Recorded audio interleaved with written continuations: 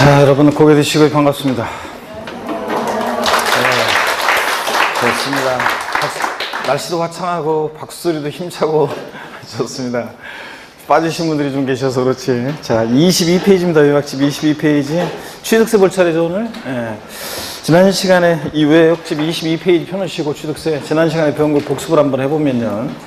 조세 총론 공부했죠, 우리? 조세에 의해서는 납부이행 방법으로서 물납과 분할납부는 예외적으로만 허용된다고 그랬습니다. 그럴 때 금전납부 원칙의 예외로서 물납, 허용되는 세금을 꼭 알고 있어야 되는데 상식처럼 지방세에서 물납은 뭐만 허용된다? 재산세만 허용된다고 그랬습니다. 국세에서 물납은 뭐만 허용된다? 상속세만 허용된다고 그랬습니다. 그래서 종부세나 양도소득세는 물납 안 된다고 그랬습니다. 아무리 꼬셔도 넘어가면 안 되고, 그 다음에 분할납부, 지방세법상으로 분할납부는 재산세 허용됩니다. 근데 지방세법상으로는 법률에는 재산세만 규정이 되어 있어요, 분할납부가. 근데 예규에서 재산세 부가세로서 지방교육세는 분할납부 할 수 있다. 재산세를 분할납부하면서 부가세인 지방교육세도 분할납부할 수 있다. 이렇게 예규가 있어요. 지방세법의 규정은 없고.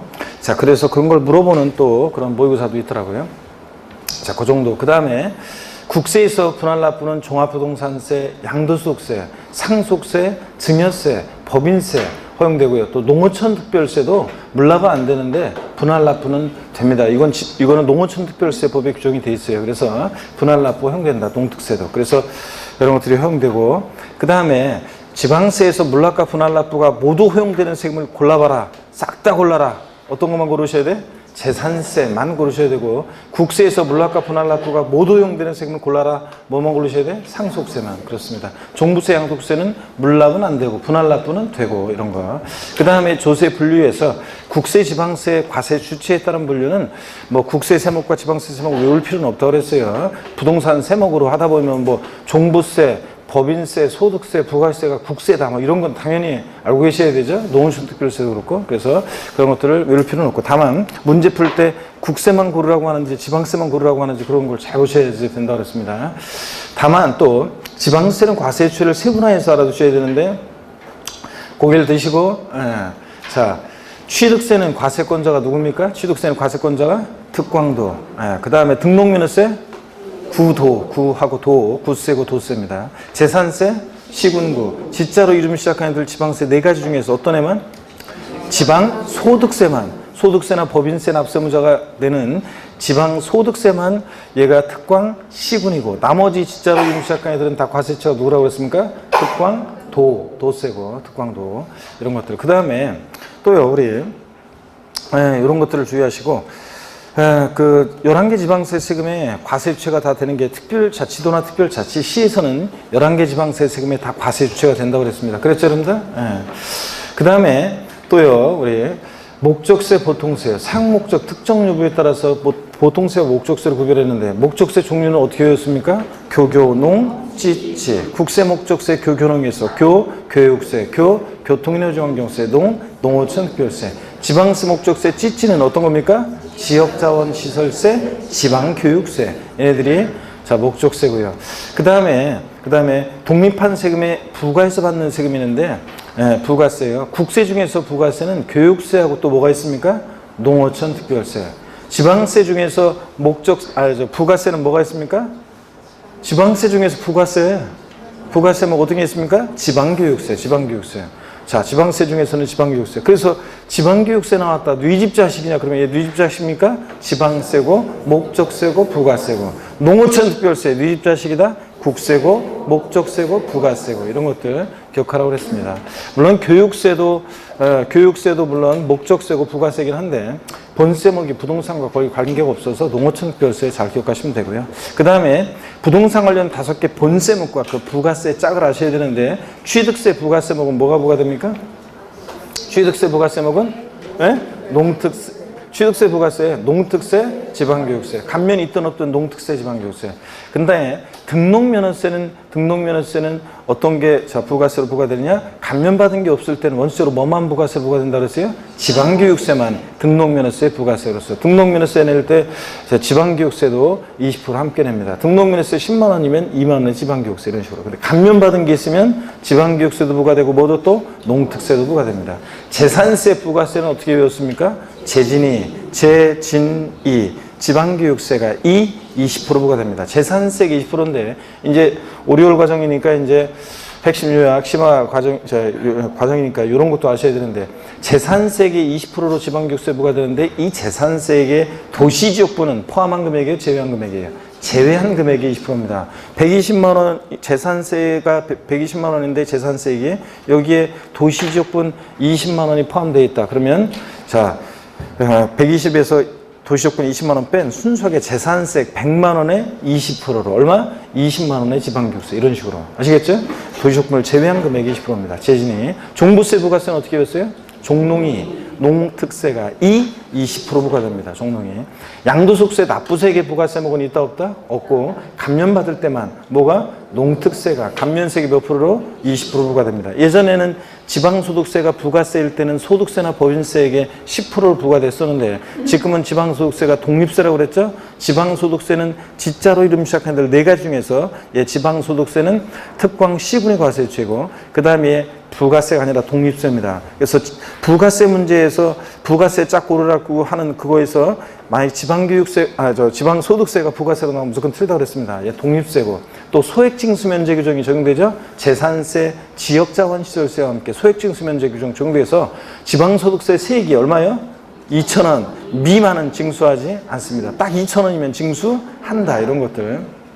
그 다음에 지방소득세에는 개인에 대한 지방소득세하고 법인에 대한 지방소득세로 나눠지는데 법인에 대한 지방소득세는 법인세 납세무자가 되는 거니까 관계없고 개인에 대한 지방소득세는 개인 지방소득세는 이게 소득세 납세무자가 되는 건데 소득세법에 의해서 계산한 그 소득을 과세 표준으로 해서 소득세 낼 때 그 적용되는 소득세 세율의 10분의 1 세율 체계로 되어 있다고 그랬습니다. 그러니까 소득세 1,000만 원이면 자 지방소득세 얼마? 100만 원 이런 식으로 자 되어 있습니다. 그래서 소득세 세율의 10분의 1 세율 체계로 되어 있다. 이런 것들. 그 다음에 나머지 외에는 웬만 요거 지금 언급한 요거 말고는 대부분은 다 소득세 규정을 준용하기 때문에 지방소득세 문제가 딱 한 번 27회 시험 때 나왔지만 지방소득세 관련해서 혹시 뭐가 나오면 그냥 요 내용 빼놓고 나머지는 제가 지금 다른 점 언급한 요거 빼놓고 나머지는 그냥 소득세 규정을 대부분 준용하니까 소득세 지식으로 문제를 풀면 된다고 그랬습니다. 특히 양도소득에 대한 지방소득세 그러면 양도소득세 규정을 대부분 준용해요. 예정시공납부 뭐 이런 거 다 똑같습니다. 양도소득세, 예정시공납부 그냥 다 준용하고 그래서 그 다음에 또요 여러분 우리 부동산 활동에 따라서 취득시, 보유시, 양도시 부과되는 세금이 있는데 취득시에만 부과되는 세금이 있었습니다. 대표적으로 어떤 거예요? 취득세, 등록면허세, 상속세, 상속증여세. 그래서 취득세, 등록면허세, 상속증여세는 부동산 취득시에. 보유시에만 부과되는 세금이 있는데 대표적으로요. 취득과 양도에는 부과되지 않고 보유시에만 부과되는 거. 보유세 3가지 어떤 거? 재산세, 지역자원시설세, 특정부동산분. 또 어떤 거? 종합부동산세. 그래서 재산세, 보유세 3가지는 상점 알고 있어요. 재산세, 지역자원시설세, 특정부동산분, 종부세. 양도시에만 부과되는 거? 양도소득세. 그 다음에 이제 동시부과된 애들 있잖아요. 취득이나 보유, 보유나 양도 동시부과된 애들. 제가 취득, 보유, 양도에서 판소했던 그림을 머릿속에 사진으로 찍으셔야 돼요. 취득과 보유에만 동시부과되는 세금이 있습니다. 어떤 거? 취득과 보유에만 동시부과되는 거? 지방교육세. 지방교육세 취득과 보유에만. 보유와 양도에만 동시부과되는 세금이 있습니다. 취득에는 부과되지 않고 보유와 양도에만 동시부과되는 세금. 어떤 거? 지방소득세, 종합소득세. 종합소득세, 지방소득세. 우리가 부동산 보유 중에 임대업을 통해서 임대업을 통한 소득에 대해서는 개인은 종합소득세 내죠. 보유 중에 내는 거고 또 부동산 매매업이나 양도소득세 부동산 매매업을 통한 개인은 그 소득에 대해서 종합소득세 또 냅니다. 그러니까 종합소득세는 보유와 양도에 동시부과됩니다. 그죠 여러분? 그럴 때 소득세 낼 때 함께 그 소득을 과세 표준에서 함께 내는 세금 지방소득세. 그렇기 때문에 종합소득세, 지방소득세는 보유와 양도에 동시부과됩니다. 그렇죠 여러분들? 그 다음에 조금 침울해지는 것 같아요. 자, 취득과 양도에만 동시부가 되는 세금이 있습니다. 어떤 거요? 인지세. 취득과 양도 오지랖 넓게 다 끼고 동네 이름은 참견하고 돌아다니는 사람이 있었죠? 농부 얘기해 줬잖아요. 6시 내공에 나왔던 농부 아저씨, 강 큰 남자. 농부지, 얘네들 농특세, 부가가시세, 지방소비세는 취득과 양도 다 끼고요. 그 사람들 다시 취득과 양도의 사진처럼 머릿속에 각인을 하셔야 돼요. 취득과 보유에만 동시부가 되는 세금 어떤 거? 지방교육세. 보유와 양도에만 동시부가 되는 거 어떤 거? 지방소득세, 종합소득세. 지방소득세, 종합소득세. 취득과 양도에만 동시부가 되는 세금 어떤 거예요? 인지세. 취득과 양도 다 끼고 돌아다니는 사람? 농부지. 이렇게 기억하시면 됩니다. 그 다음에 우리 여러분들이요. 그 징수 방법 우리 공부했는데, 신고납부 방법은 납세무자가 1차적으로 세금 계산에서 계산된 세금을 과세처에게 신고하고 납부합니다. 근데 이 신고납부를 불성실했다. 어떤 죄를 받습니까? 가산세가 적용됩니다. 가산세부터는 뭐죠? 납세무자가 신고납부 불성실했으니까 이제 그대로 끝나는 게 아니라 과세권자가 다시 세금 계산해서 이 가산세 합한 금액을 납세 고지서를 발부해서 징수합니다. 그죠? 근데 고지서에 기재된 납부기 한내 세금을 또 미납부했다. 어떤 죄를 받는다? 가산금이 적용됩니다. 자, 이렇게 원칙 신고 납부하는데 예외적으로 가산세부터는 고지서를 통해서 보통징수 방법으로 도징수할 수 있고, 가산세가 적용되지만 가산금도 적용될 수 있는 지방세가 있습니다. 어떤 게 있습니까? 신고 납부 원칙으로 한 지방세 어떤 거예요? 취득세, 등록면허세, 그 다음에 지자로 이름 시작한 애들 4가지. 지역자원시설세, 특정자원분, 지방소득세, 지방소비세, 지방교육세, 취득세, 등록세, 부가세일 때.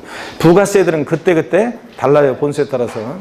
그 다음에 자, 국세에서는 뭐 신고납부하는 국세, 소득세, 법인세, 부가세 등등등. 종부세도 신고납부 선택하면 신고납부할 수 있습니다. 그 다음에 보통징수 방식 또는 정부과세 방식은 과세권자, 세무공무원이 세금 계산해서 납세무자에게 납세 고지서를 발부해서 징수합니다. 근데 그 고지서에 기재된 납부기 한내 세금을 미납부했다. 어떤 죄를 받습니까? 가산금. 납부기한이란 말 나오고 미납부했다. 어떤 죄를 받는다? 가산금. 이렇게 보통징수하는 지방세 3가지만 기억하면 되는데, 자, 먼저 어떤 거예요? 재산세. 그리고 친구, 지역자원시설세, 특정부동산분, 뭐 재산세, 부가세로서 지방교육세.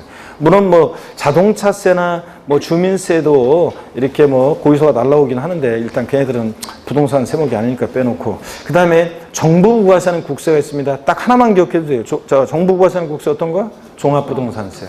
그리고 또 기억한다 그러면 상속세, 증여세.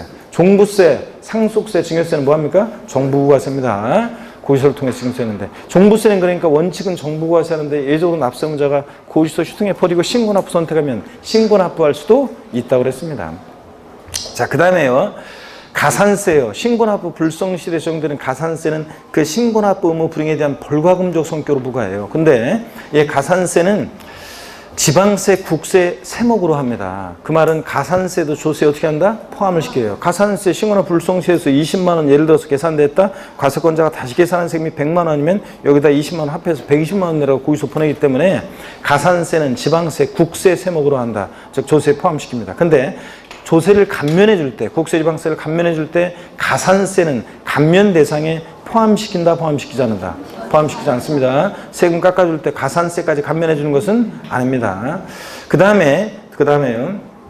가산세는 신고행위와 납부행위를 구별해서 신고기한 하루만 딱 지나도 일단 신고불성실 가산세는 의무위반의 정도에 따라 40, 20, 10% 깔아놓습니다.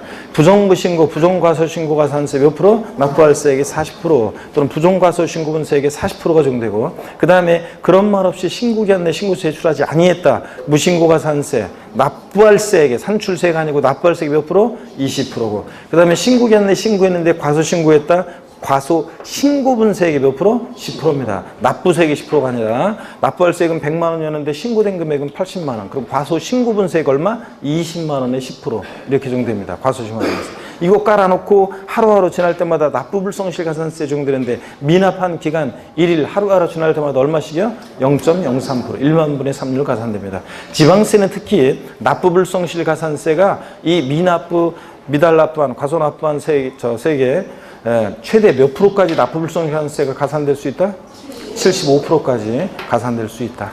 그 다음에 또요, 가산금은 고지서를 통해서 징수할 때 납부기 한내 미납부했을 때 제때 납부하자는 것에 대한 연체 이자적 성격으로 부과합니다. 가산금. 그런데 가산금은 조세에 포함해요, 안 해요? 안 합니다. 가산세에는 가산금이 포함되어 있지 않고요. 자, 가산금의 기초가 되는 가액에는 가산세가 포함될 수도 있지만 가산금은 조세에 포함시키지도 않고요.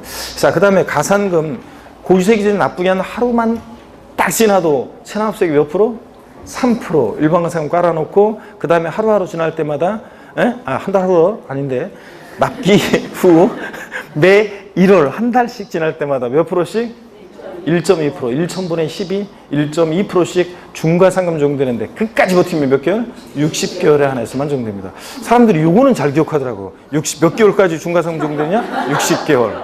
요거는 하여튼 잘 기억하시더라고요. 60개월까지. 그래서 5년이죠? 그러니까 1년 12달로 하면 5년까지 이렇게 중과상금 적용됩니다. 60개월에 한해서 중과상금 적용되고. 네, 그 다음에 또 왜요? 자, 60개월까지. 그 다음에 중과상금 그러면 체납세액이 최대 몇 프로까지 적용될 수 있다? 1.2 곱하기 60이니까 체납세액의 최대 중과상금이 몇 프로까지 최대 적용될 수 있어요? 72%까지 체납세액이 72%까지 적용될 수 있고 일반가상금 3%가 합치니까 가산금 체납세액이 최대 몇 프로? 75%까지 적용될 수 있다고 그랬습니다. 그 다음에 또 보시면 가산금 같은 고지서에 있잖아요. 아니요, 그 전에 중과상금이요. 중과상금 지방세는 체납세액이 얼마 미만일 때 적용되지 않는다? 30만 원 미만일 때. 국세는 100만 원 미만일 때 중과상금 적용하잖아요. 그러면 체납한 지방세가 딱 30만 원이면 중과상금 적용할 수 있다 없다? 있다는 거. 30만 원 빼고 아래 금액에 대해서 중과상금 적용하지 않으니까 30만 원 이상부터 30만 원부터 국세는 100만 원부터 중과상금 적용할 수 있습니다. 이상부터. 그 다음에 국가나자치에 대해서는 가산금에 관한 규정은 적용한다 안 한다? 안 하고 또 그 재산세, 고지세의 지역자원시설세가 병기고지되어 있다. 이럴 때 중과상금 30만 원 미만인지 판단할 때는 어떻게 판단해요? 합산해서 판단해요? 따로따로요? 세목별로 따로따로 판단합니다. 그 다음에 또요, 여러분들이요. 우리 납세문은 추상적으로 성립하고 그 다음에 구체적으로 확정이 되고 소멸하는 과정을 거치는데 요거 하기 전에 면세점 빼먹었네. 취득세는 면세점이요. 취득세 산출세액이에요? 취득가격이에요? 판단 기준이 취득가격이 산출세액이 아니라 취득가격이 얼마요? 50만 원 미만이에요? 이하예요? 과세하지 않습니다. 취득가격이 딱 50만 원이면 취득세는 과세하지 않고 그 다음에 면세점에서 면적 나왔다. 몇 제곱미터? 면세점에서 면적 나오면 330제곱미터. 금액 나왔다 얼마? 1억 3,500만 원. 1억 3,500만 원 이하는 과세하지 않고요. 그 다음에 또 그 다음에 이제 그 주민세 일부가 그렇습니다. 면세점 적용되고요. 그 다음에 소액징수면제예요. 재산세. 또 어떤 애가 소액징수면제 적용돼요? 지역자원시설세. 또 어떤 애가 소액징수면제 규정이 있어요? 지방소득세. 재산세, 지역자원시설세, 지방소득세가 소액징수면제 적용되는데 얘네들 세액이요. 얼마요? 2,000원 미만은 징수하지 않으니까 딱 2,000원이면 징수한다. 이런 것들 우리가 배웠습니다. 그 다음에 납세문은 추상적으로 성립하고 구체적으로 확정이 되고 소멸하는 과정을 거칩니다. 그죠 여러분들? 그럴 때 여기 이 동네에 짝 어디 갔어? 짝들 다 어디 갔어요? 병원 갔어요? 짝 어디 갔어요? 짝? 어디 갔는지 모르고? 없어요. 원래 짝이 혼자. 원래 없었어요? 여기 있었는데 누군가? 일로 왔는데? 병원 가고? 그렇구나. 그래서 그 자리, 좋은 자리 그냥 혼자 딱 독차지하고 계신 거예요? 잘했어요. 선풍기도 갖다 놓고? 아주 공부할 수 있는 만반의 준비를 갖추셨구만. 잘했어요, 하여튼 뭐, 짝다리를 짚으시든, 껌을 씹으시든, 물론 너무 소리가 크면 안 되겠지만, 껌을 씹으시든, 선풍기를 틀으시든, 어떻든 간에 수업할 수 있는 그러니까 최대한의 자기 공부하기 좋은 그거로 수업을 들으시면 됩니다. 자, 여러분, 보세요. 납세문 추상적으로 성립하는데 그 성립 시기 세목별로 다 다르잖아요. 취득세는 어느 때 납세문 성립한다? 취득하는 때. 사적 들어가면 안 된다고 그랬어요. 등록에 대한 등록면세는 등기 등록하는 때. 전도 아니고 후도 아니고. 그 다음에 재산세, 지역자원시설세, 특정부동산분, 종부세, 납세문 성립 시기 똑같습니까? 네, 같습니다. 언제입니까? 과세 기준일. 매년 언제다? 6월 1일. 과세 기준일이 먼저 나와야 돼요. 그리고 6월 1일이고. 그 다음에 주민세 일부도 과세기준일 납세금 성립하는데 제3분 주민세는 어느 때 납세금 성립하냐? 과세기준일. 아니 7월 1일 먼저 나오면 안 돼. 과세기준일인데 어느 때입니까? 7월 1일. 재산세들하고 다르다는 거. 그 다음에 주민세 균등분도 과세기준일 납세금 성립하는데 이거 8월 1일이고 균등분 주민세. 여러분 집으로 거기서 날라오는 주민세. 그 다음에 종업원분 주민세는 뭐 모르셔도 됩니다. 종업원에게 급여 지급하는 때인데 모르셔도 되고. 그 다음에 또요, 여러분, 지방소득세는 어느 때 납세금 성립하느냐? 지방소득세는 그 과세 표준이 되는 소득에 대하여 소득세나 법인세 납세금 성립하는데. 그러니까 지방소득세는 소득세법이나 법인세법에서 계산한 그 소득을 과세 표준으로 해서 약 10분의 1 세율로 적용해서 부과되기 때문에 지방소득세는 그 과세 표준이 되는 소득에 대하여 소득세나 법인세 납세금 성립하는데 지방소득세 납세금 성립하고 소득세, 법인세를 머릿속에 떠올리시면 되고요. 그 다음에 여러분요. 지방교육세, 농특세 얘네들 부가세들은 그때그때 달라요. 납세금 성립 시기도. 그래서 농특세 어느 때 납세금 성립한다? 본세 납세금 성립하는 때. 부가세는 본세 따라가죠. 본세 납세금 성립하는 때. 지방교육세는 표현이 좀 달라요. 지방교육세는 어느 때 납세금 성립하느냐? 예? 그 과세 표준이 되는 세목의 납세금 성립하는 때. 부가세의 과세 표준이 되는 세목이면 본세를 얘기하는 거예요. 그 과세 표준이 되는 세목의 납세금 성립하는 때 지방 교육세 납세금 성립합니다. 농특세, 본세 납세금 성립하는 때고. 그 다음에 여러분요. 그 다음에 상속세 같은 애들은 상속 등기하는 때 납세금 성립합니다. 그죠 여러분들? 상속 등기하는 때. 아니에요? 상속 개시되는 때예요. 피상수인 돌아가시면서 역사가 시작되죠. 그 다음에 또요. 그 다음에 또 여러분 증여세는 증여 계약일에 납세금을 성립합니다. 증여 계약일 맞아요? 아니죠? 증여세는 증여에 의해서 재산을 취득하는 때, 증여에 의해서 재산을 취득하는 때. 근데 증여 계약일 이렇게 바꿀 수 있고. 그 다음에 소득세, 법인세, 부가세 얘네들은 어느 때 원칙적으로 납세금 성립한다? 소득세 어느 때 납세금 성립한다? 과세기간이 끝나는 때, 과세기간이 끝나는 때. 기간을 다니는 과세하잖아요. 1월부터 12월 30일까지 과세기간, 그 과세기간 끝나는 때. 자, 예정신고 납부하는 소득세는 어느 때 납세금 성립한다? 달의 말일, 이거 기억하라고 했잖아요. 그 과세 표준이 되는 금액이 발생한 달의 말일인데 하여튼 달의 말일. 예정신고 납부하는 소득세 납세금 성립 시기는 달의 말일. 그냥 소득세 납세금 성립 시기는 과세기간이 끝나는 때. 이렇게 기억하시면 됩니다. 그 다음에 여러분요. 그 다음에 또 수시부가에서 징수하는 국세나 지방세는 저를 보셔야죠. 수시부가에서 징수하는 국세나 지방세는 수시부갈 사유가 발생할 때 이런 거 수시부가는 때도 아니고 수시부갈 사유가 발생하고 30일 경과는 때도 아니고 수시부갈 사유가 발생할 때 이거였습니다. 그 다음에 특별징수하는 지방소득세는 특별징수하는 지방소득세는 원천징수하는 소득세나 법인세 납세금 성립하는 때 특별징수하는 지방소득세는 원천징수하는 소득세나 법인세 납세금 성립하는 때인데 사업주가 근로소득세 원천징수하면서 지방소득세 함께 특별징수해서 관세무서에 내잖아요. 자 그런 거. 그 다음에 기억하시고 자 성립한 납세금은 이제 구체적으로 확정이 되는데 납세금 확정이란 말을 보면 항상 누가 세금 계산하냐? 신고 납부하는 세금들은 원칙적으로 누가 세금 계산한다? 납세무자가 세금 계산하는데 어느 때 구체적으로 확정이 돼요? 신고하는 때 확정이 되고 그래서 납세무자가 원칙 과세금과세액을 과세권자에게 신고하는 때 납세금 확정되는 지방세가 어떤 거냐? 어떤 겁니까? 취득세, 등록면허세, 지자로 이름 시작했는데 네 가지 소득세, 법인세, 부가세 뭐 등등등 종부세도 신고 납부 선택하면 신고하는 때 확정될 수 있고 그 다음에 보통징수나 정부과세하는 세금들은 원칙적으로 과세권자가 납세금 확정하는데 어느 때 확정이 된다? 결정하는 때 확정됩니다. 원칙 과세권자의 결정하는 때 납세금 확정되는 지방세 어떤 게 있습니까? 재산세, 징구, 지역자원시설세, 특정부동산분, 재산세, 부가세로서 지방교육세. 국세에서는 종부세, 상속세, 증여세 얘들은 결정하는 때 확정됩니다. 정부과세하는 애들. 자, 그 다음에 확정된 납세금은 소멸하는 과정을 거치는데 소멸, 사유, 납부, 충당, 부가권의 철회예요, 취소예요.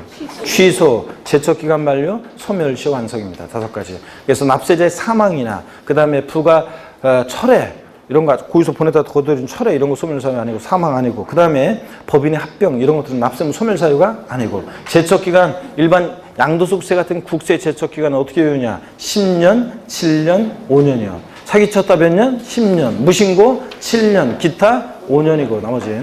그 다음에 상속증여세나 부담부 증여시 양도소득세 제척기간은 어떻게 였어요? 15년, 15년, 10년. 리듬 타면서 15년, 15년, 10년. 그래서 사기쳤다? 15년. 자, 무신고 몇 년? 15년. 기타 몇 년? 10년. 이렇게요. 그 다음에 리듬을 타면서 외워야지. 그렇지 않으면 머리로 하려면 헷갈려요. 이거 나중에 이거. 입에서 툭 튀어나와야지. 그 다음에 또 일반 지방세, 우리 지방세 제척기간 어떻게 였습니까? 10년, 7년, 5년. 지방세도 사기쳤다 몇 년? 10년. 무신고 몇 년? 7년. 기타 몇 년? 5년입니다. 다만 무신고긴 무신고인데 어떤 사항과 결합해서 상속이나 증여를 원인으로 취득한다, 부동산 실명표 명의신탁 약정에 따라서 어쩌고저쩌고, 하여튼 신고기한 내 신고서를 제출하지 아니한 경우인데 다만 어떤 사항과 결합해서 무신고를 몇 년? 10년 지방세에서 이런 거. 그 다음에 소멸시효요. 자, 5억 원 이상의 지방세 소멸시효는 몇 년입니까? 지방세는 무조건 몇 년이다? 5년. 국세는 5억 원 미만의 국세는 5년, 5억 원 이상의 국세는 10년. 이렇게 소멸시효 기간이 있습니다. 소멸시효는 중단 사유가 있는데, 압류, 독촉, 납부채고, 교부청구 막 이렇게 세금단한 액션이 있으면 소멸시효 중단합니다. 중단하면 이런 압류, 독촉, 납부채고, 교부청구 이런 게 있으면 처음부터 시효가 새로 진행합니다. 이전 거 없어지고. 근데 정지는 뭐 분납기간, 징수유예기간, 사행위, 취소, 소송이 진행 중 기간, 무슨 기간 동안에만 정지했다가 이어서 진행합니다. 시효가. 자, 압류는 제척기간이 중단하는 사유이다. OX야. X라고 했습니다. 제척기간에는 중단과 정지도가 있다 없다? 없다고 그랬습니다. 압류는 소멸시효가 중단하는 사유지 제척기간에는 중단과 정지도가 없습니다. 법률관계 조속 확정시키기 위해서. 그죠 여러분들? 이런 거 했었고. 그 다음에 또 우리 국세지방세 우선의 원칙과 예외 배웠습니다. 자, 국세지방세 같은 조세 채권은요, 즉 체납소음비, 그 다음에 뭐 지방세, 또 가상금 이런 애들은 담보가 없이도 일반 채권이나 공과금보다 공매, 경매된 매각대금에서 우선해서 징수가 됩니다. 가져가는데 그럴 때 얘네들 사이의 징수 순서는 체납소음비 1등, 2등이 지방세나 국세, 3등이 가상금 순서라는 거. 그죠? 국세, 지방세는 순서, 순위가 같고요. 동순인데 조세들 상호간에는 어떤 게 우선하느냐? 담보된 조세가 1등이고 2등이 압류한 조세고 3등이 달라고 교부 청구한 조세 순서입니다. 어떤 게 집행하기가 쉬운지를 생각해 보세요. 담보된 조세가 1등, 압류한 조세 3등이 달라고 교부 청구한 조세 순서입니다. 자, 국세 지방세보다 조세채권보다 더 우선하는 게 있는데 제가 지난주에 판서해 드렸어요. 순서를. 자, 매각대금에서 최고 1등, 무조건 1등 가져가는 게 어떤 겁니까? 공익비용 또는 체납소음비. 체납자의 재산을 압류, 운반, 보관, 매각한 데 소요된 비용이 체납소음비인데 체납자의 재산을 공매, 경매에 넘겼을 때 그 재산 매각에 소요된 비용을 우리가 공익비용이라고 합니다. 하여튼 공익비용, 채권자 모두의 공통비용이니까 공익비용 또는 체납소음비가 무조건 항상 1등이고 2등이 어떤 거였습니까? 2순위? 소액 임차보증금, 또 최종 3개월치 임금채권 2등. 3등은 항상 또 정해져 있는 어떤 거예요? 당의 그 재산에 부과된 수요. 당했어요. 그 재산에 부과된 수요. 그래서 어떤 게 그 재산의 법정기일 전에 설정됐든 후에 설정됐든 피담보채권보다 항상 우선하는 조세들이 있는데 어떤 거? 재산세. 그 다음에 지역자원, 항상 친구 지역자원시설세, 특정부동산분. 그 다음에 재산세, 부가세로서 지방교육세. 그리고 보유세 또 어떤 거 있어요? 종합부동산세.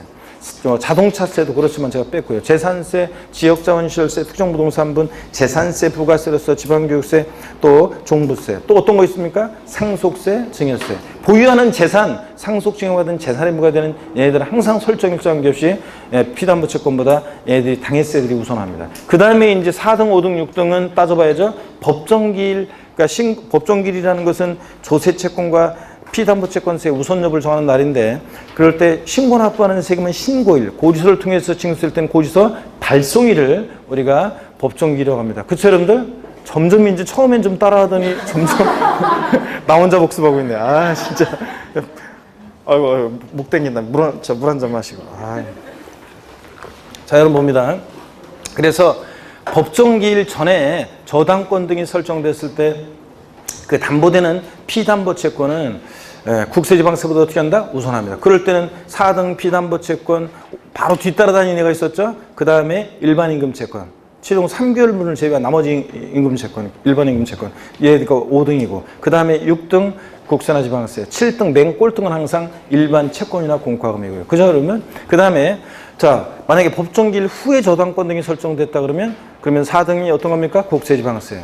법정기일 후에 저당권 등이 설정되면 피담보채권은 조세권보다 후순위잖아요. 그래서 그럴 때는 국세지방세 4등, 5등이 피담보채권, 6등은 항상 뒤따라다니는 애 두고 일반임금채권. 그 다음에 일반 채권이나 공과하면 항상 꼴등이고. 그 얘기가 여러분 나와 있었잖아요. 예. 권리구제에서는 이의신청이든 심사청구든 심판청구든 행정소송이든 다 그 부당한 조세에 관한 부당한 침해가 있으면 만날부터 언제까지 청구해야 돼요? 90일 청구해야 합니다. 90일. 근데 다 청구기한은 90일이고.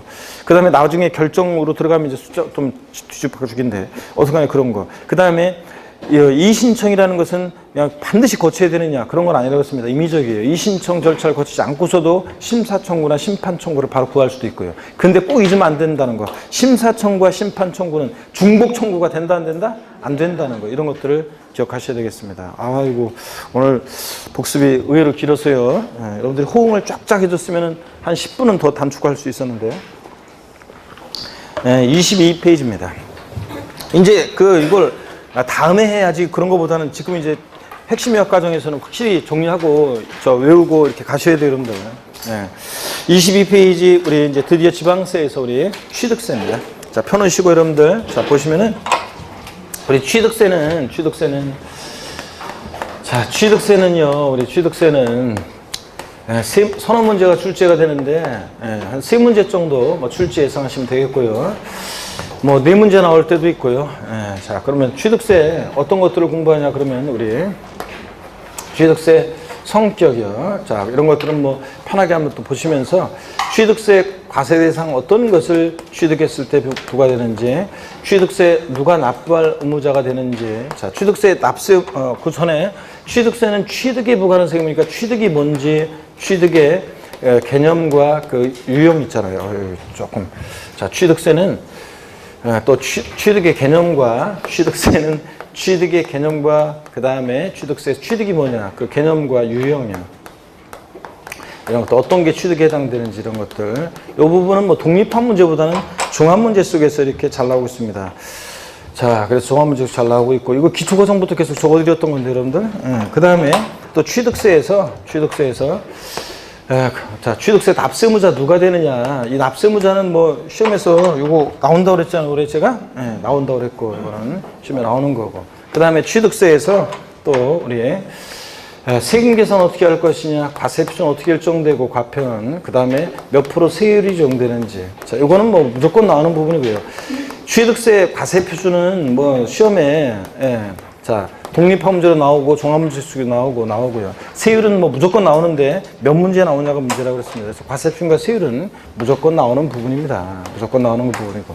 그 다음에 취득세 세금 계산했으면 돼요. 납세지를 어디로 하고, 그 다음에 자, 취득세 신고 납부하는데 그 관련한 얘기도 시험에 그냥 나온다고 생각하시면 된다고 그랬습니다. 자, 그래서 취득세 납세 절차도 무조건 나오는 거고요. 그 다음에 어떤 경우에 취득세는 비과세 되느냐, 뭐 이런 것들은 비과세 부분은 뭐 독립한 문제보다는 종합 문제 속에서 지문 한 줄씩 생각하시면 되겠습니다. 그래서 이런 것들을 테마로 해서 우리 취득세 서너 문제 출제가 됩니다. 교재를 보시면 여러분요. 먼저 22페이지 요약집 봅니다. 보기 전에 보기 한번 드시고요. 목 운동부터 한번 하겠습니다. 좋습니다. 22페이지를 보시면 자, 취득세 고 1번 테마 취득세 개요입니다. 취득세 과세 유치는 특광도입니다. 특별시장, 광역시장, 도지사고 단 시군구가 위임징수하고 있는데 특별자치도나 특별자치시도 당연히 11개 지방세 세금의 과세 유치가 되니까 뭐 당연한 거고 하여튼 특광도 이렇게 기억하시고요. 취득세는 취득 행위를 보고 부과하는 행위세고 유통과정에서 부과되는 유통과세는 세금입니다. 누가 이런 거 줄 긋고 있어요. 이런 거 당연히 그냥 그런가 보다 이렇게 해야지. 진짜 행위세 이런 거는 시험에 안 나와요. 학자들이 쓰는 표현이라 그냥 그런가 보다 이렇게 하면서 읽고 지나가야지. 이런 것까지 줄 긋고 그러면 나중에 진짜 중요한 것들 어떻게 하려고. 자, 물세입니다. 취득세는 자, 지방세 주요 3개 세목은 물세잖아요. 물건별로 각각 어떻게 한다? 개별과세합니다. 그래서 취득세는 납세무자 인적상 고려하잖아요. 개인이 취득하든 법인이 취득하든 똑같고요. 그 다음에 취득하는 물건별로 각각 개별과세합니다. 합산하지 않고. 사실주의과세, 자, 우리 기초과정부터 중요하게 배웠습니다. 주요 부동산 세금들은 등록면허세 빼놓고는 다 사실주의과세합니다. 그래서 등기되지 않아도, 등록되지 않아도, 허가받지 않아도 과세가 됩니다. 그 다음에 현황 부과하죠. 취득일 현재 공부상 현황과 사실상 현황이 다르면 무엇에 따라서 사실상 현황에 따라 과세하고요. 징수 방법 원칙 신고 납부합니다. 02번 테마 별표 자, 두 개 합니다, 여러분들. 자, 취득세에서 취득이 뭐냐? 자, 취득의 개념과 유형이요. 별표 두 개 하시고요. 자, 보겠습니다. 02번 테마 별표 두 개 하시고. 박스 안에 보니까 취득세는 취득에 부과하는 세금인데 취득이라는 게 뭐냐? 그러면 우리 기초과정부터 배웠습니다. 한마디로 취득세 취득이 뭐다? 사실상 소유권 취득이다. 자, 그래서 취득세는 취득이란 사실상 소유권 취득이다. 즉 사실상 취득만 하면 되는 거죠. 등기, 등록과 관계없이 사실상 취득하는 경우에 과세가 됩니다. 그래서 취득세 취득이라고 하면 민법 등 관계법령 규정에 따른 등기를 이행한 경우에 한한다. O, X? X입니다. 등기와 무관하게 사실상 취득만 하면 되고요. 동그라미 2번 사실상 취득해야지 권리가 사실상 취득해야 되는 거지 형식적으로만 취득하는 것은 과세되지 않는다. 그래서 그 대표적인 형식적 취득의 예가 신탁법에 의한 신탁세한 취득이요. 위탁자에서 수탁자로 이전할 때 수탁자의 취득은 믿고 맡은 것뿐이죠. 신탁계약 종료면 돌려줘야 되니까 사실상 취득한 게 아니잖아요. 이런 식으로. 그래서 신탁법에 의한 신탁세산 취득은 비과세입니다. 근데 명의신탁은 어떻게 한다? 과세한다 그랬습니다. 종중에서 개인으로 명의신탁할 때 취득세 부과되고 개인 명의신탁 해지로 개인에서 종중으로 다시 올 때 다 과세되고 명의신탁 어떻게 합니까? 과세입니다. 신탁법에 의한 신탁세산 취득이 비과세고 동그라미 3번 취득세는 사실상 소유권을 취득하는 경우에 과세된다. 그러므로 소유권 이해 권리 취득은 과세되지 않는데 특히 양도소득세에서 부동산을 취득할 수 있는 권리들이요. 부동산에 관한 권리 같은 것들, 이런 것들, 부동산 취득할 수 있는 권리 이런 것들, 부동산 임차권이요. 그 다음에 전세권, 지상권, 아파트 당첨권, 분양권, 조합원 입주권 같은 이런 것들은 취득세 대상이 아닙니다, 여러분들. 자, 그래서 이런 거 슬쩍 시험에다 이런 거 집어넣고 물어보자. 하여튼 이렇게 소유권 이해 권리들은 취득세 대상이 아니라는 거. 부동산 임차권, 미등기 부동산 임차권은 대상이 아니지만 등기된 부동산 임차권은 과세 대상이 된다. O, X? X입니다. 등기가 됐든 안 됐든. 양도소득세에서는 부동산 임차권, 미등기 부동산 임차권은 대상이 아니지만 등기된 부동산 임차권은 양도세 대상이 되잖아요. 그죠, 여러분들? 근데 취득세는 대상이 아니라는 거 헷갈리면 안 되고요. 취득세 취득령은 22페이지 1번 사실상 취득령과 23페이지 맨 꼭대기 2번 간주 취득령으로 나눠지죠. 취득세 취득령은 사실상 취득령과 사실상 취득은 하지만 지방세법상 취득했다고 간주하는 간주 취득령으로 나눠집니다. 그럴 때 22페이지로 다시 오셔서 사실상 취득령이요. 사실상 취득령은 또 전소유자가 있느냐에 따라서 양가로 1번 원시 취득과 양가로 2번 승계 취득령으로 나눠져요. 그럴 때 원시 취득령이요. 가로 안에 보니까 수용재결로 취득한 경우 등 과세 대상이 이미 존재하는 상태에서 취득하는 경우는 제외하고요. 여기 원시 취득에 해당되지 않고요. 1번 건축물 건축이요. 자, 건축에서 특별히 어떤 거요? 신축과 재축이 원시 취득입니다. 그 다음에 민법상 시효 취득이나 매립간척에 의한 공유수면 매립간척에 의한 토지 취득이나 이런 것들이 다 원시 취득으로서 취득세 부과됩니다. 다만 원시 취득에 과세되지 않는 경우가 있습니다. 다만 차량 기장비 항공기 주문에 건조하는 선박이야. 다 머리 글자 딱 따서 이렇게 밑줄을 거져 있고 색깔도 틀리게 딱 돼 있죠. 어떻게 외웠습니까? 차, 기, 항, 선. 얘네들은 원시 취득은 과세한다 안 한다? 안 하고 승계 취득할 때만 과세합니다. 현대자동차 같은 데서 자동차를 원시 취득 만들었을 때 거기다 대고 취득세 딱 부과하면 자동차 가격에 취득세 부과받은 만큼을 반영해 소비자들이 전가시키잖아요. 그러면 왜 소비자들은 자동차를 현대자동차로부터 승계 취득할 때 취득세를 내고 자동차 애초에 가격에 반영되어 있는 취득세를 또 내게 되는 이중과세 문제도 생기고 수출 경쟁력 떨어지기 때문에 차기향선의 경우는 원시 취득 과세한다 안 한다? 안 한다는 거. 승계 취득만 과세한다. 자, 그 다음에 승계 취득령은 자, 대가지급 여부에 따라서 유상취득과 부상취득으로 나눠지는데 유상취득, 매매, 교환, 자, 법인의 현물 출자 다 취득세 부과됩니다. 특히 교환은 금전 이해지상 것으로 맞바꾸는 건데 거래 양당사자 모두에게 취득세가 과세될 수 있다. 이거. 그 다음에 무상승계 취득이요. 상속, 증여 등 무상취득의 경우도 취득세는 부과됩니다. 옛날에 상속세나 증여세를 냈든 안 냈든 상관없이 상속이나 증여받은 물건이 취득세 대상에 해당하면 뭐가 부과된다? 취득세가 부과된다. 그래서 취득세는 즉 유상무상을 불문하고 과세가 됩니다. 상속 중에도 무상 취득은 과세되지 아니한다 그러면 틀려요. 양도소득세는 사실상 유상 이전. 그러니까 양도세는 반드시 대가를 받고 이전해야지 무상 이전은 양도에 해당하지 않습니다. 근데 취득세는 유상 무상 불문하고 취득세가 과세되는 거고 여러분들. 자, 그다음에 23페이지 봅니다. 간주 취득령이요. 지금까지 본 사회통념상의 사실상 취득은 아닌데 지방세법상 취득했다고 간주에서 취득세 부과되는 간주 취득령입니다. 먼저요.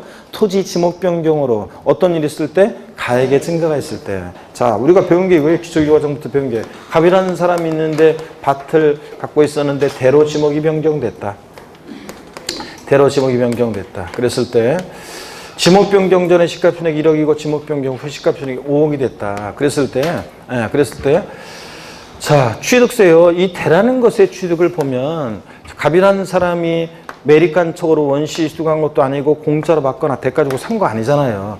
예? 자, 그래서 이 되지 않은 것의 취득은 소유자 변동이 없잖아요. 그런데 그래서 사회통념상의 사실상 취득 유형에 해당되지 않지만 어떻든 간에 지목 변경으로 이 토지의 가치가 증가했죠. 이렇게 가액의 지목 변경으로 가액이 증가했을 때 이 사례 같으면 4억 원만큼 가치가 증가했잖아요. 이 가치 증가분을 취득했다 뭐 한다? 의제, 간주에서 취득세 부과된다는 얘기라고 그랬습니다. 그래서 증가한 가액 4억에 대해서 취득세 부과되잖아요.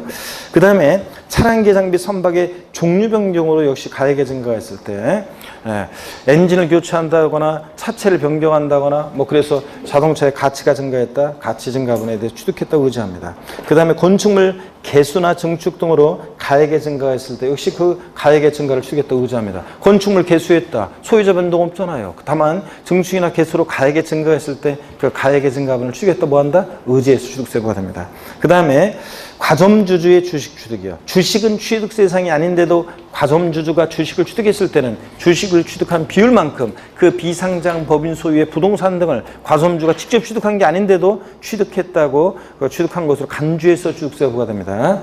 자, 가로 안에 봅니다. 비상장 법인에 반드시 비상장 법인이어야죠. 주식 지분을 취득함으로써 과점주가 된 때는 그 과점주주는 당해 법인의 부동산 등 가로 안에 법인이 신탁법에 따라 신탁한 재산으로서 수탁자 명의로 등기 등록이 되어 있는 부동산 포함해서 하여튼 이 등을 취득한 것을 뭐한다? 의지해 봅니다. 직접 부동산을 취득한 게 아닌데도 주식을 취득한 비율만큼이요. 다만 법인 설립 시에 발행하는 주식 지분을 취득하는 경우, 자, 감자의 경우는 어떻게 한다? 제외한다.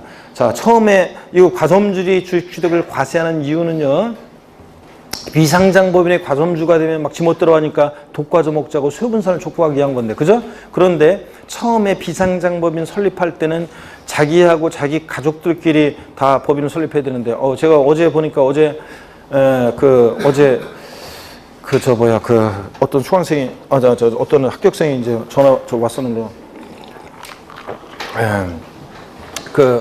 여기 이제 아시는 분도 있는데, 저 호주에서 공부해가지고 작년에 호주에서 공부해가지고 합격해가지고 여기 한국에 지금 들어와 있는 합격생이 있어요. 그런데 보니까 1인 법인 설립해가지고 지금 그 법인으로 지금 어떤 활동을 하려고 해요. 중개사 활동을 하려고 하는데 가족들은 호주에 있고 혼자 들어와가지고 보니까 하는 것 같아요. 또 들어간대요, 보니까요. 근데 그 1인 법인 설립해가지고 하려고 지금 하더라고요. 근데 보니까 저 같으면 1인 법인, 요즘은 뭐 법인 설립이 굉장히 요건이 굉장히 쉬워졌어요. 법인 설립하고 또 납입금이나 이런 것도 굉장히 기준이 완화되고 그래서 법인 설립이나 이런 것들을 자유롭게 이제 해서 자유롭게 그런 것들을 활동할 수 있도록 많이 규제가 예전에 제가 법인 한 10년 전 그때만 해도 법인 이런 것들 설립하고 이럴 때 귀찮은 게 많아요. 그래가지고 그냥 법무사 사무실에 맡기면 그냥 법인 설립 등기 다 해주고 다 이렇게 해주거든요. 그래서 원래 그렇게 하는 게 세무사 사무실이랑 그러니까 법무사 사무실 맡기는 게 제일 좋은데 그래서 돈 좀만 내면 다 해주고 그랬는데 요즘은 1인 법인 이런 것도 잘 돼 있어가지고 법인 설립해서 이렇게 활동하고 이렇게 합니다. 그러니까 앞으로도 어떤 간에 무궁무진하게 제가 어제 저희 형님한테 바로 위에 형님한테 이제 우연히 저희 부모님 댁에서 우연히 만나가지고 같이 이제 저기 하는데 1시간 동안 저희 형님한테 막 얘기 들은 게 뭐였냐면 왜 이렇게 나보고 신중하냐 항상 뭐든지 일을 좀 저지르고 항상 일을 저질러라. 특히 부동산은 일을 저질러야 되는데 왜 이렇게 맨날 신중하게 막 그렇게 하냐면서 얘기하면서 이제 자기 주변에서 본인 형님도 그렇고 자기 주변에서 누가 이제 자 그냥 땅 조금 사라 그래가지고 한 3천만 원 그냥 아니 그러니까 뭐냐면 그냥 그 저기 지방 저쪽에 3천만 원 여러 가지 이렇게 이제 분할해서 파는 건데 3천만 원 그냥 샀는데, 물론 기익부동산 조심해야 됩니다, 여러분들. 근데 이제 그 아는 사람 통하고 그래서 그냥 한 3천만 원씩 땅 샀는데 그 벌써 한 몇 달 사고 나서 그 몇 달 안 지났는데 벌써 땅값이 또 한 보니까 2배 반 정도 뛴 것 같아 보니까. 예. 그러니까 열심히 일해가지고 열심히 일해가지고 저 한 5천만 원 모으려고 생각해봤어요. 열심히 일해가지고 5천만 원 모으려고 해보세요. 얼마나 힘들어요. 그러면서 나보고 항상 그 늦냐 막 그런 얘기하는데, 여러분 하여튼 1인법인 설립해가지고 하고 그러는데, 여러분 보세요. 법인 처음에 설립할 때는 자기하고 그다음에 그 1인법인 뭐 자기가 다 합니다. 자기가 뭐 저 이사, 감사 뭐 이런 거 다 할 수 있어요. 다. 그런데 이제 예전에는 그 몇인 3인 이상 이런 거 다 지정하고 막 이렇게 주주가 3인 이상이어야 되고 다 그랬었는데, 요즘은 확 바뀌었더라고요. 보니까 제가 보니까 저 쭉 한번 관련 법령 보니까. 근데 어떤간에 비상장법인 지멋대로 하니까 독과점 목적에서 그렇게 한 건데, 처음에는 누가 제 주식을 법인 설립할 때 사요, 안 사요? 안 사니까 자기 가족들하고 자기하고 이렇게 다 주주를 구성하잖아요. 그런데 처음부터 그러니까 독과점 목적하면 된다, 안 된다? 안 된다. 그러니까 법인 설립 시에는 납세무 있다, 없다? 없다. 또 감자, 포테이토 아니라고 했어요. 다른 사원의 주식이 소각됨으로 인해서 나는 주식 취득행위가 없는데, 취득세는 행위세예요. 취득행위를 보고 부과하는 세금인데 나는 주식 취득행위가 없어요. 가만히 있었는데 다른 사원의 주식이 소각됨으로 인해서 나의 주식 보유비율이 덩달아 높아져서 과점주가 되는 이런 경우에는 취득세 납세무가 있다, 없다? 없다, 이런 겁니다. 그래서 이런 경우는 제외하고. 용어 정리 봅니다. 과점주주란 누구냐? 과점주주에서 과점주는 동그라미 1번 비상장법인, 코스닥상장법인 포함해서요, 주주 또는 사원 1인과 그와 친족 관계에 있는 자들로서 그들의 소유식 학계에게 해당 법인의 발행주식 또는 출자에게 100분의 얼마? 50을 초과하면서 그에 관한 권리를 실적으로 행사하는 자들을 말합니다. 딱 100분의 50인 주주는 과점주의 아니에요? 아니에요. 또 과점주주는 여러 명이 될 수 있습니다. 주주 비상장법인이 되고, 자, 주주 1인과 그와 친족관계 등 특수관계 주주요. 갑주주 30%, 어떤 비상장법인에 을주주 40%, 병주주 30%. 과점주주가 있어요, 없어요? 없습니다. 근데 얘네들이 만약에 친족관계 등 특수관계가 있는 자다, 그러면 얘네들의 주식은 어떻게 한다? 합쳐서 판단합니다. 그래서 70%니까 갑과 을은 과점주주가 되는 겁니다. 그러니까 과점주주는 이렇게 여러 명이 될 수 있다는 거. 자, 그럴 때 이 과점주주들은, 갑과 을은 취득세 납부에 대해서 연대 납세무가 있어요, 없어요? 연대 납세무 있다, 없다? 있다. 이런 거 배웠습니다.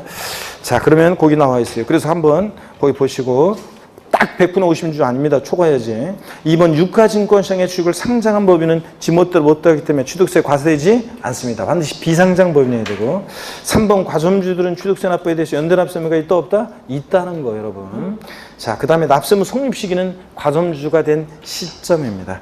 자, 그리고 이제 이 과점주주의 주식 취득과 관련해서 이제 과점주주 주식 취득과 관련해서 요 과세되는 지분 비율에 대한 얘기가 자세히 나오는데요. 잠깐 쉬었다가 여기 이어서 과점주주의 주식 취득을 이어서 본격적으로 좀 보도록 하겠습니다.